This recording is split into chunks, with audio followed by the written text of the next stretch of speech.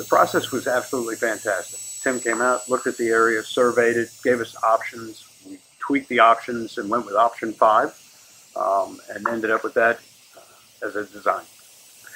And what has been the benefits of putting pavers in your backyard? Oh, pavers are to die for. I mean, there's no stumbling, there's no root movement, they're stable. We had torrential rains right after it was installed, and there was 0 ponding. I was absolutely ecstatic. What do you plan on doing in your new paver patio? It's like an oasis back here. My wife wants a paver patio party. She is ready, and we're getting set up as soon as the weather cools off just a little bit. That sounds fantastic. Would you recommend American Paving Design?